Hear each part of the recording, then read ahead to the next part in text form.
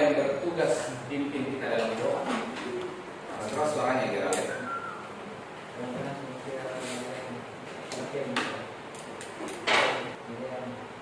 Amin. Coba perlihatkan daftar ini. Ya, untuk hari ini ada 3 orang teman kita yang tidak datang ya. Bagaimana kabarnya? Adakah informasinya? Sudah alas? Lupa semua ya. Ya, mudah-mudahan yang hadir pada saat ini itu tidak ada lagi yang apa-apa. Kita tes dulu semangatnya semua ya.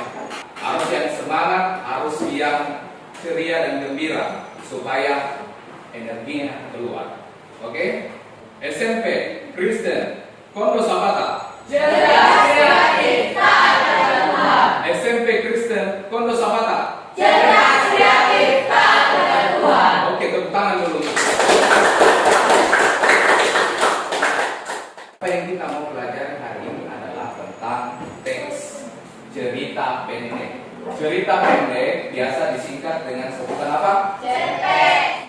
Melalui pembelajaran hari ini, peserta didik dapat mengidentifikasi unsur pembangun karya sastra dalam teks Cerpen. Siapa yang tahu apa itu mengidentifikasi? Dengan analisis, boleh. Menemukan, menentukan. Jadi kita menemukan atau mengidentifikasi unsur pembangun karya sastra dalam teks cerpen. Kira-kira ada yang tahu apa manfaatnya ini pembelajaran cerpen kita? Mengidentifikasi. Adakah yang biasa baca cerpen? Atau ada yang biasa baca karya sastra lain? Novel misalnya? Kalau Aurela baca apa biasa? Novel pernah ya? Siapa lagi yang biasa? Kalau Riki apa? Novel ya? Komik, novel. Kalau yang ini adalah yang kita mau pelajari khusus tentang cerpen. Kita mengidentifikasi unsurnya supaya apa manfaatnya? Manfaatnya selain kita nikmati isi cerita dalam cerpen tersebut, juga kita tahu banyak hal tentang seluk-beluk isi cerpen. Misalnya temanya bagaimana, tokoh-tokohnya, karakternya seperti apa, dan seterusnya. Itu yang kita mau pelajari hari ini. Sebelumnya Pak Guru pastikan dulu semua sudah masuk dalam anggota kelompoknya ya. Sudah semua sesuai dengan kelompok masing-masing? Sudah. Coba perhatikan materi pembelajaran kita hari ini ya. Kita lihat dulu pengertiannya cerpen. Siapa yang bisa bantu bacakan? Keras-keras suara Riki. Silakan Riki, bantu bacakan. Cerpen merupakan karya sastra dalam bentuk tulisan yang mengisahkan tentang sebuah cerita fiksi yang dikemaskan secara ringkas. Terima kasih Riki. Cerpen seperti itu. Ini yang kita mau identifikasi sekarang. Ini juga sudah ada di dalam bahan ajar yang Pak Guru sudah bagi di masing-masing kelompok ya. Ada yang namanya unsur intrinsik, ada juga unsur ekstrinsik. Apa saja itu unsur intrinsik? Ada tokoh, ada penokohan, ada latar. Coba sebut semua. Latar apa lagi? Setting. Lima. Bahasa. Tema. Amanat. Itu namanya unsur Intrinsik. Latar belakang masyarakat. Latar belakang pengarang. Nilai-nilai kehidupan. itu namanya unsur Ekstrinsik. Dari penjelasan unsur intrinsik. Tokoh adalah pelaku atau pemeran dalam sebuah cerita. Juga selain utama dan figuran berdasarkan perannya, ada tokoh protagonis, ada antagonis, ada protagonis. Yang kedua, unsur intrinsik namanya penokohan. Tokoh malin kundang berarti wataknya seperti apa? Durhaka. Itulah namanya penokohan. Nama tokohnya diikuti dengan karakter atau sifat. Bisa ya? Mengerti ya sampai sini? Oke.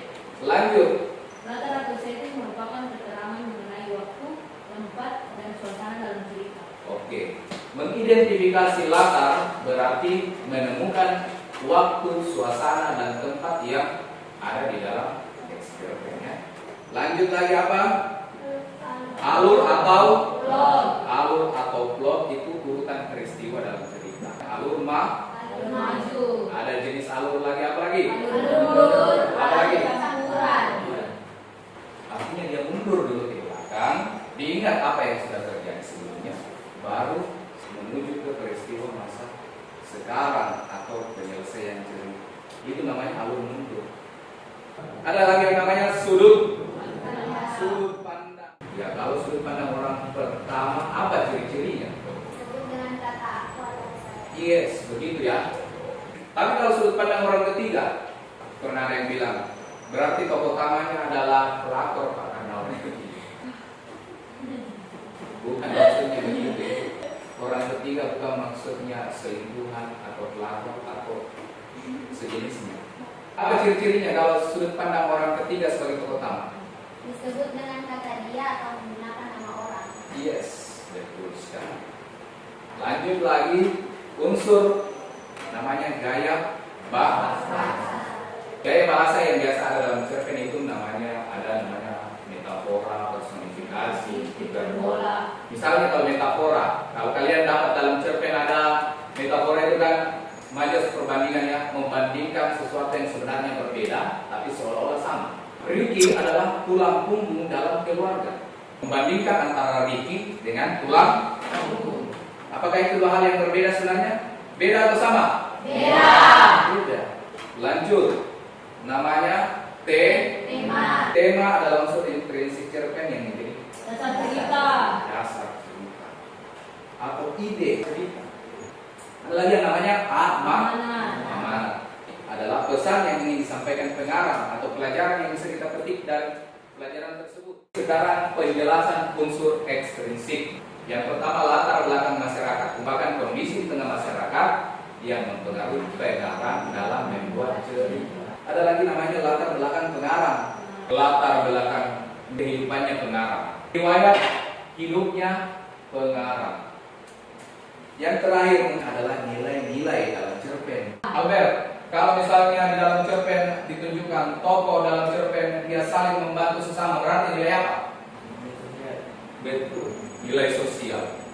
Misalnya dalam cerpen menunjukkan kalau tokoh utama rajin sembahyang, berarti nilai apa itu? Nilai agama. Betul. Oke, paham ya? Paham. Oke, sebelum kita lanjut mencari unsur intrinsik cerpen, adakah yang mau ditanyakan? Silakan kalau ada yang mau bertanya. Ada? Tidak ada? Oke. Kalau begitu, Pak Guru sekarang akan membagikan lembar kerja. Di dalam lembar kerja ini ada teks cerpen, kemudian kalian akan mengidentifikasi unsur-unsur yang kita sudah pelajari tadi.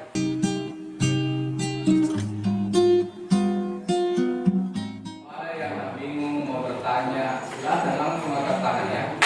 Bagaimana? Tidak. Yang kamu tentukan saja adalah unsur.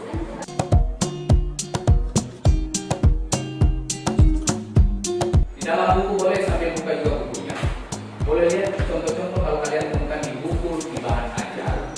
Boleh juga siswa-siswi melihat contoh-contoh lain dalam buku tersebut ya.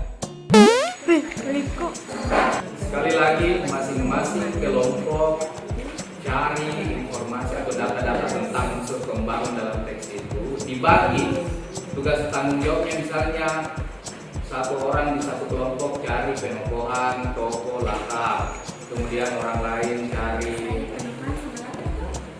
cari lagi alur, sudut pandang dan seterusnya, supaya bagi tugasnya dan kemudian didiskusikan hasilnya masing-masing.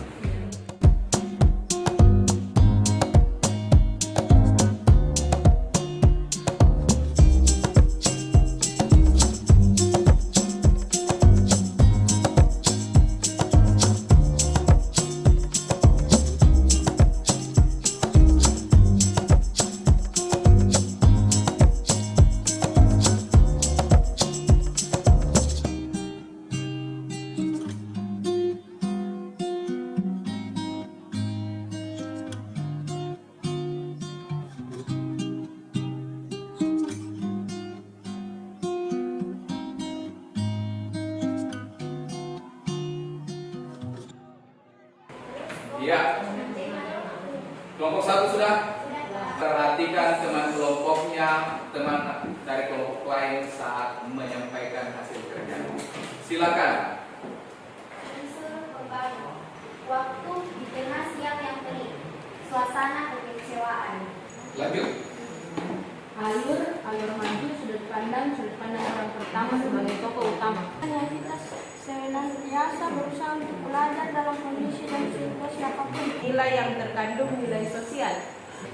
Ya, ada yang mau kasih tanggapan atau kalau tidak ada Pak Guru ya, ada beberapa yang Pak Guru dengar tadi, misalnya tadi amanat ya, perbaiki kalimatnya.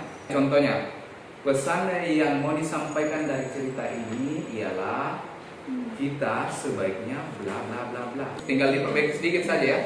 Oke, tepuk tangan dulu untuk kelompok 1. Oke, kelompok 2 sekarang sesuai dengan tugasnya masing-masing. Waktu peristiwa terjadinya pada siang hari yang terik. Suasana yaitu kecewa. Amanat mengajarkan kita untuk tetap semangat belajar walaupun dalam kondisi yang sulit. Terbelah masyarakat keterbatasan ekonomi untuk membeli kuota dan tiket-tiket. Sudah selesai? Sudah Pak. Ada yang mau kasih komentar? Ya. Oke, tepuk tangan dulu untuk kelompok 2. Oke, silakan kelompok 3 ini yang ganteng-ganteng dan sudah siap kayaknya. Silakan. Kelompok 1 aku sebagai protagonis. Sudut pandang orang pertama sebagai tokoh utama yaitu aku atau saya. Tema cerita belajar di kala pandemi. Latar belakang masyarakat, keterbatasan ekonomi, nilai yang terkandung sosial. Ada yang mau kasih tanggapan? Saya Pak. Silakan. Itu tadi yang dia baca cerita belajar di kala pandemi itu tema atau apa? Harusnya judulnya Pak. Padahal itu judulnya menurut kelompok 1 ya. Nah, nanti kelompok 3 coba perbaiki karena tema dan judul itu dua unsur yang berbeda di. Jadi temanya itu secara umum, nanti kamu perbaiki. Masih ada yang mau disampaikan? Tidak ada Pak. Tidak ada? Kalau tidak ada, kita beri dulu tepuk tangan. Kita sudah dengar semua hasil kerja masing-masing. 3 kelompok sudah sampaikan, ada beberapa masukan baik dari temannya, baik masukan dari Pak Guru. Kalian itu simpulkan secara umum untuk bahan perbaikan lembar kerjanya. Silakan diperbaiki yang masih ada yang keliru sebelum 1 orang masing-masing kumpulkan lembar kerja. 1 kelompok 1 lembar kerja saja. Oke, Pak Guru sudah lihat, sudah dengar tadi presentasi lembar kerjanya. Dari 3 kelompok ada yang nyaris sempurna, ada yang kerjasamanya agak bagus, tapi secara umum semuanya sudah mantap lah. Kita kasih tepuk tangan dulu. Coba dilihat HP-nya kita pakai untuk Google Form penilaian ya. Pak Guru sudah kirim di grup link Google Form berisi tentang penilaian pengetahuan. Dikerjakan dengan jujur, tutup semua bukunya karena Pak Guru mau lihat bagaimana kemampuanmu.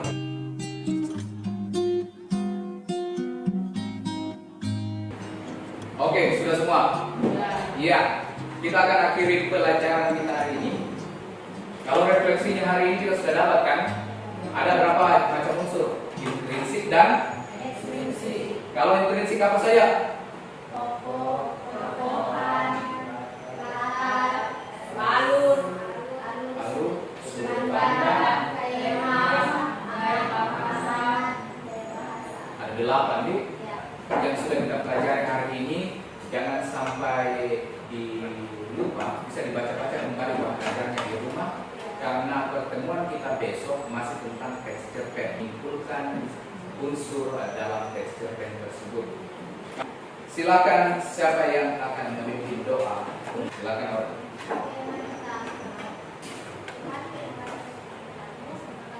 Amin. Terima kasih Aurel. Silakan ketua kelas disiapkan. bersiap. Ucapan terima kasih. Terima kasih Pak. Terima kasih. Sampai ketemu